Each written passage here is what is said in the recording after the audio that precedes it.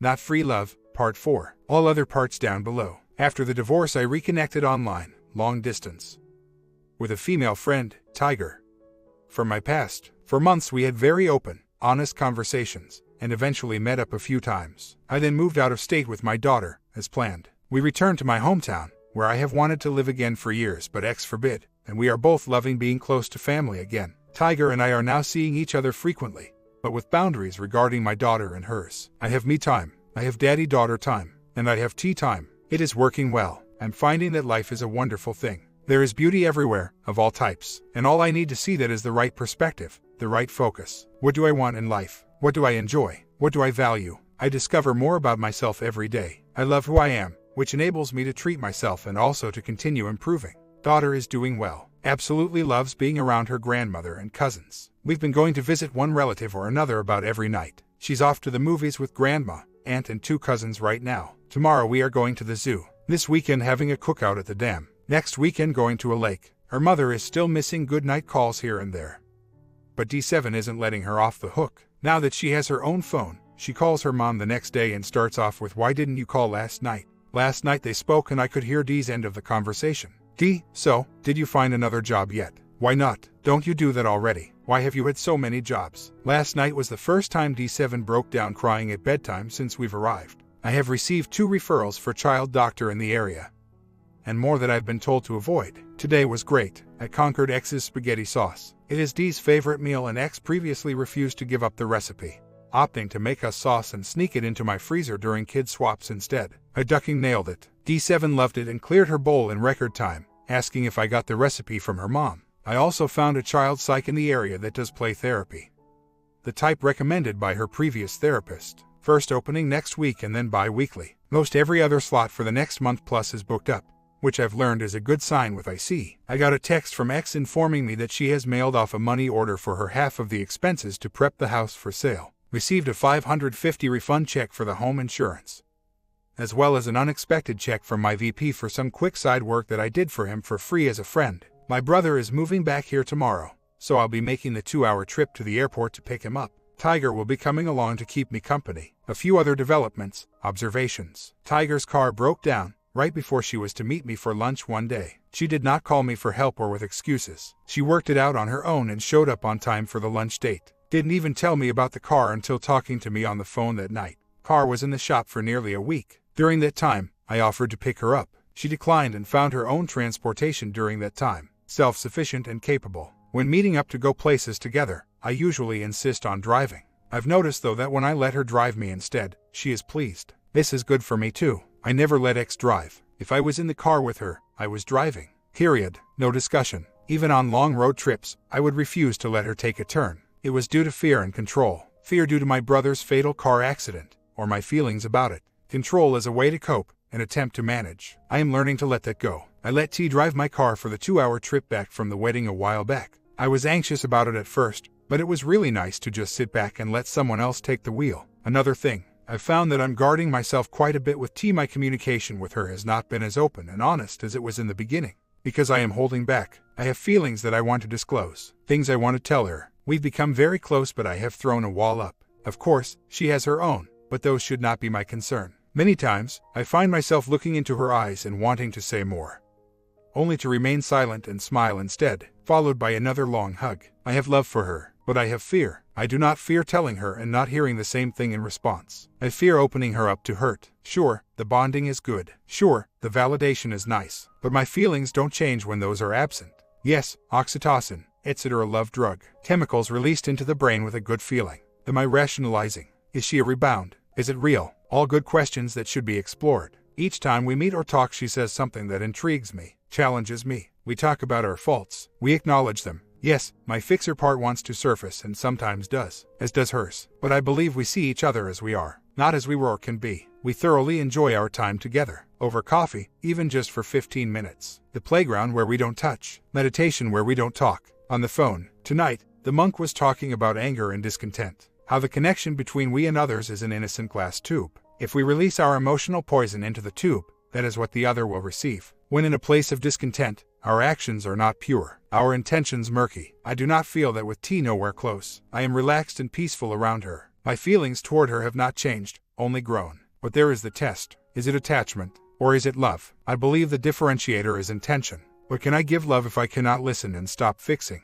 I think some of my fear comes from my past. I said the big three to X first. Obviously, I don't want a repeat of that ordeal. But unlike then, I can see it in T's eyes. She's admitted she carefully picks her words around me. So of course, she is being cautious too. Because I've been so vocal in the last few months about my ideas on what love is and is not. Shooting myself in the foot, overanalyzing yet again. Being a coward, righteous caution. I'm not sure tonight, but I feel the same. I had an excellent weekend with T, TD3, D7 and the dog. I had a good time at home with D7 who is fast asleep with dreams of tomorrow. I had a good movie date with T. I had a great meditation group. I had a good conversation with my sister and also with my mom and a less common one with my dad. I got an unexpected call from my brother in Alaska. I found out the house is pretty much a go if I am okay with roofing in the next decade. Yet I sit awake at 4 a.m. drinking a beer. I had another excellent weekend. Park time with D7, Tiger and TD3 then out to dinner. Said it was raining so I took D to the fun park by our apartment for a full day of roller skating,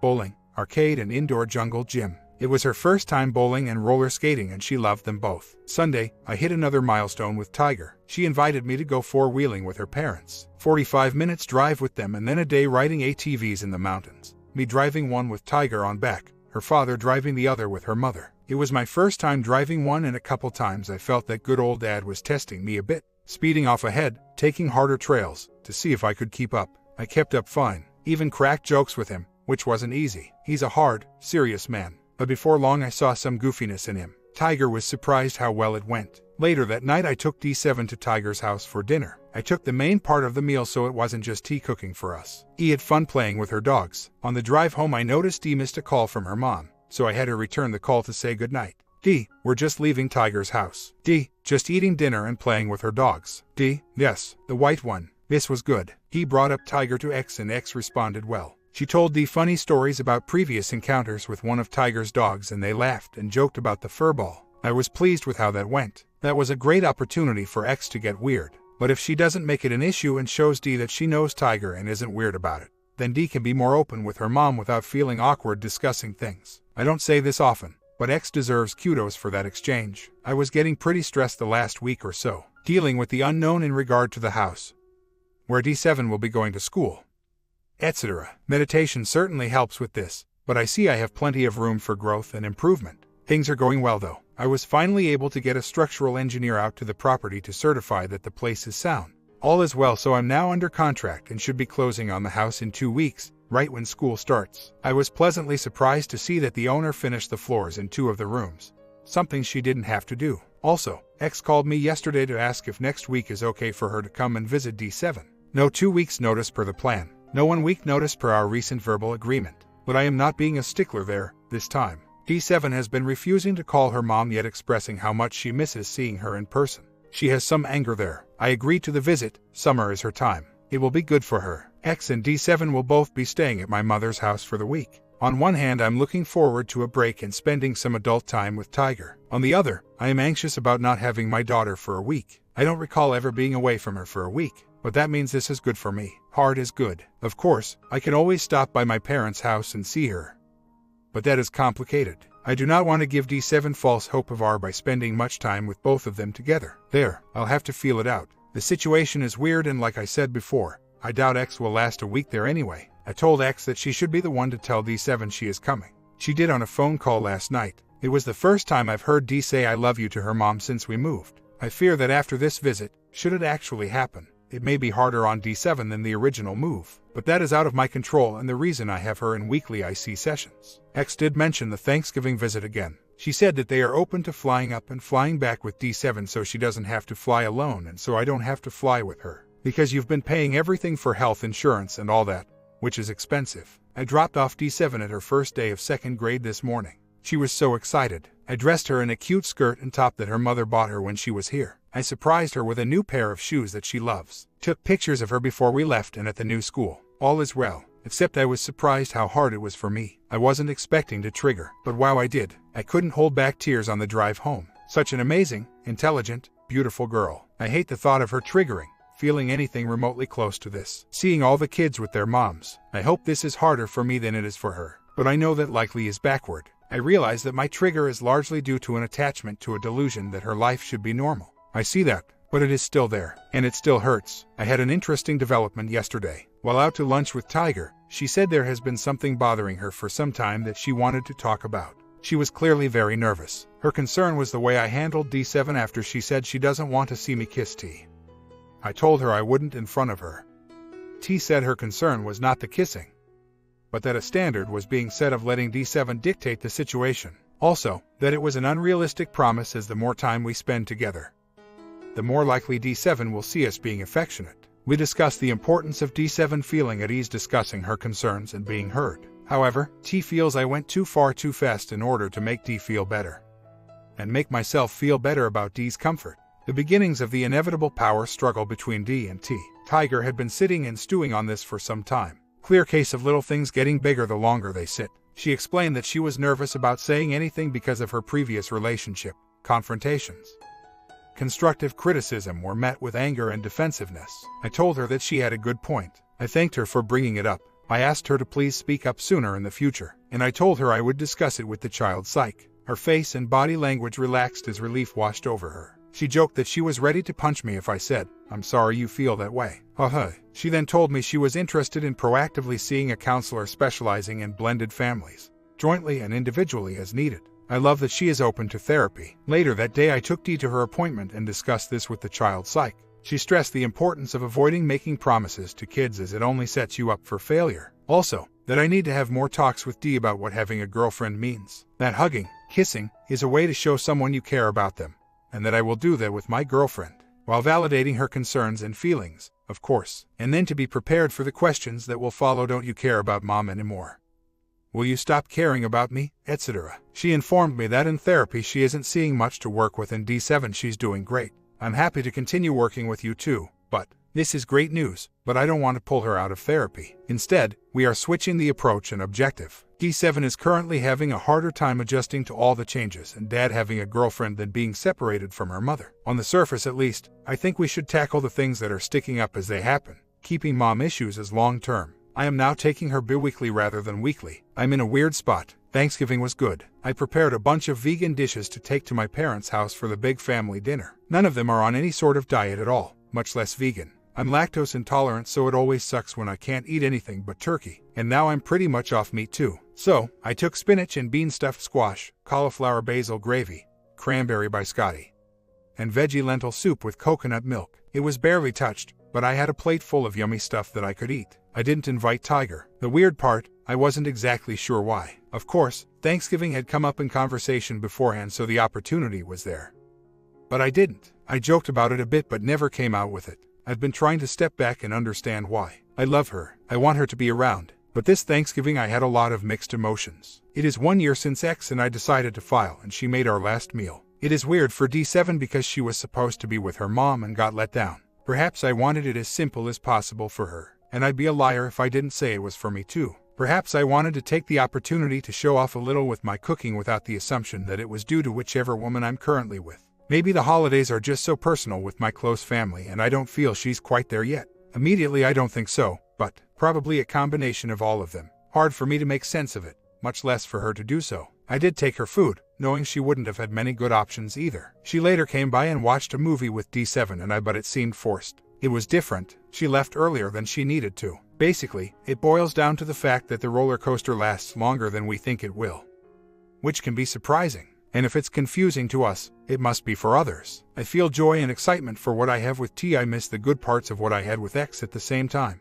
I'm still thankful for both. T has met my family many times. She's been a friend of me and my brother for years, so has been around, just not in that capacity. There is some hesitancy due to that still though. My family is very conservative, religious and judgmental, and Tiger is covered in tattoos. I think that hesitancy is more on her part though. I'm used to them. I'm convinced T thinks my mother doesn't like her, at least not as my girlfriend, which is true to an extent. My mother could like her fine, but she'll never be as good as a nice church girl. When there is the option, T would rather not stop off at my folks' house. Some of this surely is that I don't want her to accept an invitation to do so simply out of obligation. I suspect that me not inviting her did hurt her feelings a little, as Mav said, but I also think she was likely a bit relieved. We did talk a bit about it and had a really nice day together yesterday. Months later, it's been a while since I posted an update. Things are going well. On Christmas Eve I picked up D7 from my parents' house. She was ready to go and it went smoothly. We were invited to Tiger's parents' house. They celebrate on Christmas Eve. It was really nice. Dinner with her whole family, some of which I met for the first time.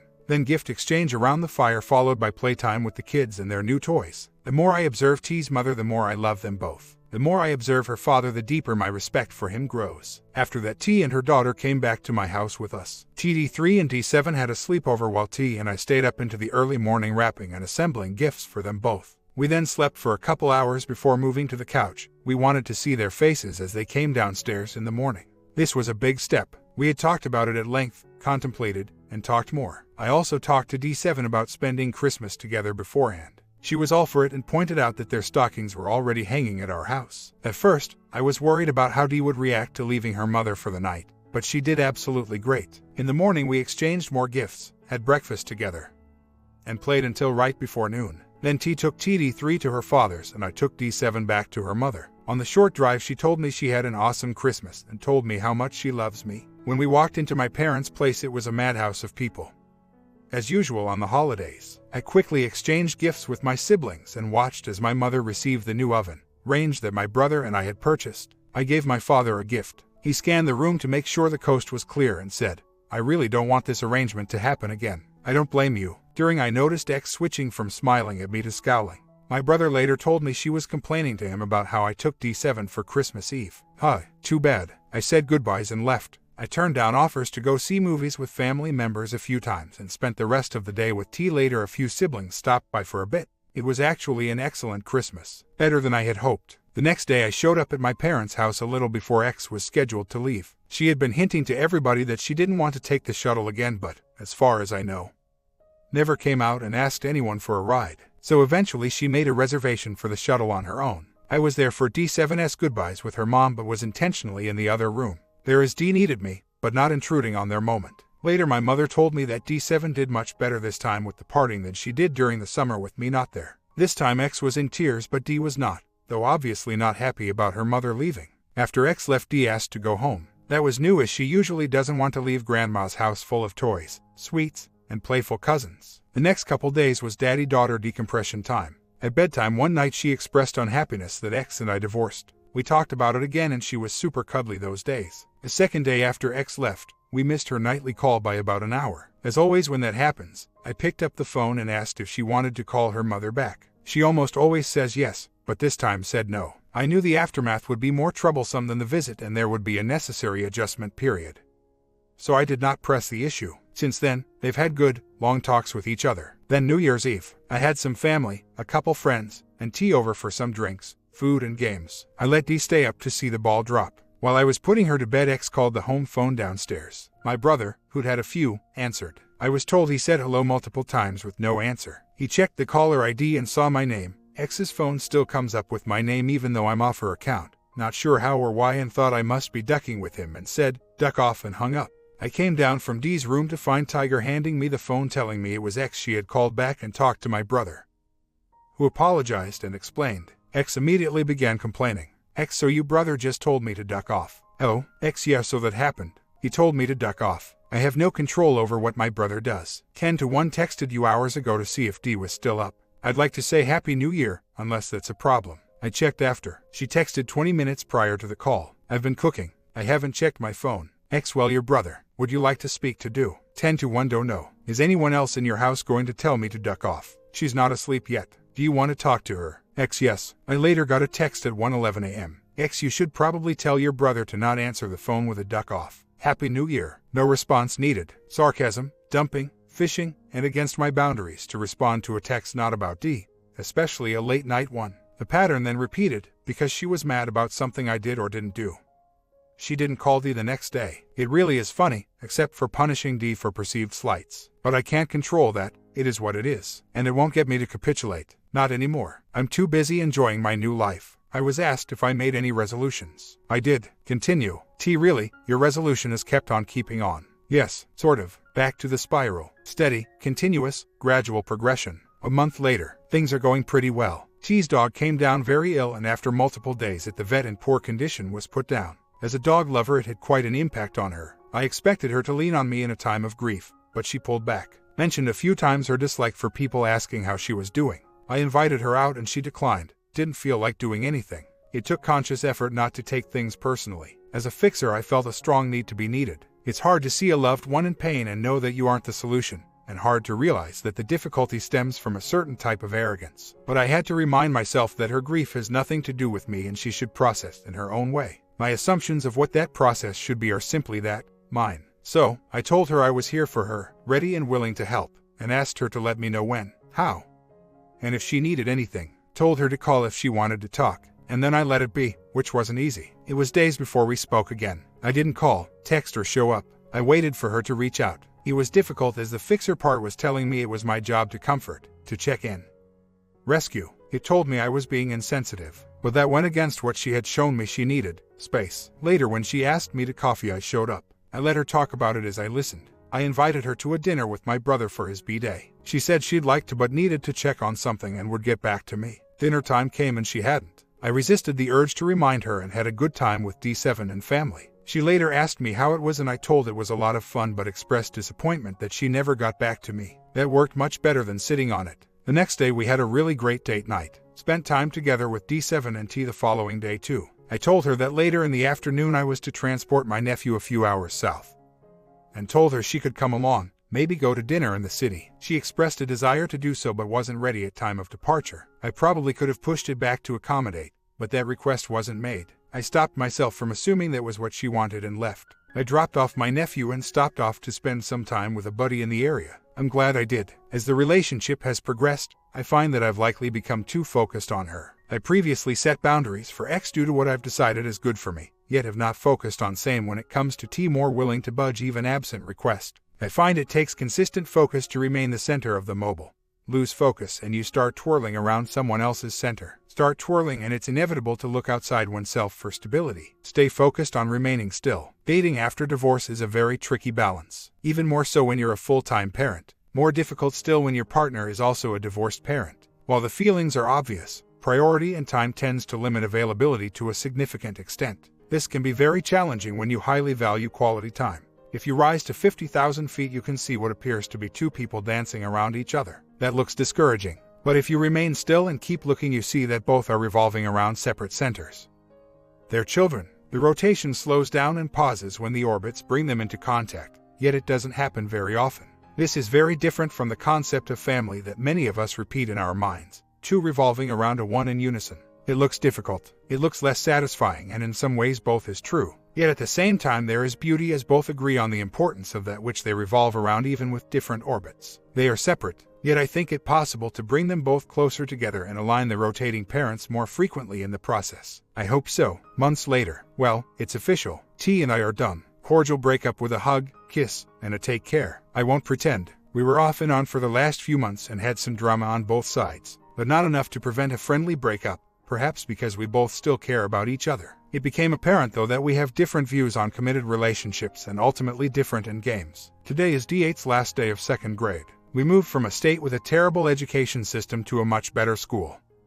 And she is still excelling, and getting a bit bored because of it. After the first parent-teacher conference, the normal homework was scrapped and she was given higher-level material. Even with that, she didn't do homework every night. She could sit down on Sunday and knock out the advanced homework for the entire week in an hour. I'm so proud of her. After she gets home today, we're off to the lake for the weekend. Should be some good quality time before I take her to her mom's for the summer. After the divorce, during healing period, I was absolutely gun-shy and jaded about M. Now, with help from a ton of IC, I'm back to where I was before X. After a night of being treated like a king, I want to wake up next to my queen and make her some pancakes. A month later, anyone remember that April Fool's prank I pulled? Well, it has happened in real life, at a level I never expected. I know many here will disagree, and I don't give a crap. I'm reconciling with my ex. New me sees this as a good thing. This is right in so many ways, and I can say that with confidence. Before the divorce, she vowed she would never live here, and she meant it. She is now willing to move wherever I want, without financial assistance from me. Home is wherever daughter and I live. What reconciling will look like for me. Initially, long hard conversations, observing behavior in extremely stressful situations, enforcing boundaries, watching to see if respect is present, gauging interactions, analyzing motives, intentionally testing waters, removing filters and speaking honestly, instantly, and looking for the same, watching to see if self-restraint is present. looking for self-awareness, listening for true remorse, acknowledging when it occurs, accepting reality versus searching for delusion, and walking away when necessary. The divorce was absolutely necessary and completely warranted. She acknowledges that neither of us would be where we are without it. I do not regret it. She knows now that I had to do it and does not blame me. She is finally accepting personal accountability. I've openly told her that I fell for T, and residuals there still exist and will. The things I was looking for before I moved away with D8 are now there. There is no more I don't know. She knows exactly what she wants, and that fits very well with what I want. She had an opportunity to come home with me immediately. Instead, she chose to stay with her grandparents and care for them during a heart attack recovery. That is extremely stressful for her. They are at the point where they do not appreciate her help and rile against it, even though they really do need it. She is staying until she can train her aunt how to take care of the medication and hopefully secure an in-home caregiver. Her employer is working on a transfer for her to my location. I've told her I won't be a sugar daddy and she need to pull her own weight. She acknowledges that working is a must for personal fulfillment and night shifts away from us is a no-go, as it facilitated past issues between us. During the stress of near passing and ICU, she started emotionally dumping on me. I was there for support but had my limits. When my limit was reached, I told her so and exited the room. The next night it continued, but before I could even say anything, she saw herself. I'm doing it again, and she left the room to process on her own without dumping on me. That was very different from the woman I divorced, who would have continued to the point of anger and personal attacks. Even in this stressful situation, she was very respectful and, in the morning, immediately apologized, even when it was unnecessary. She definitely hit bottom, no question. Once again, she's a hell yeah wife. Whatever it takes. Can she maintain that? I don't know. Is it worth a shot? Hell yeah. I know when T reads this or sees us on FB, she'll think I'm retarded. Oh well, she had many chances and decided this wasn't for her. No matter what happened, the mother of my child and decade-long partner deserves a second chance.